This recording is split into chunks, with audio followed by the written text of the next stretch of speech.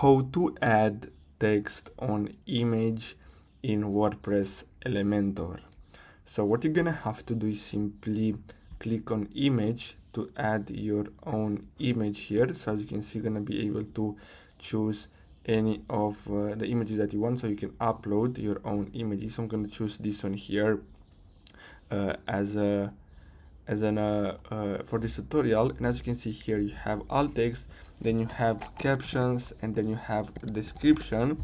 Then click on select, and then what you're gonna have to do next is simply click on so you're gonna have to click on advanced, and then here what you're gonna have to do next is simply, so you're gonna have to make sure that this is resized to the correct size.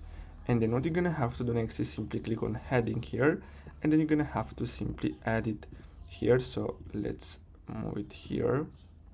So as you can see, if you go to advanced, you're gonna be able to change the position, and then you're gonna have to simply add it over the image, and basically that's all you have to do.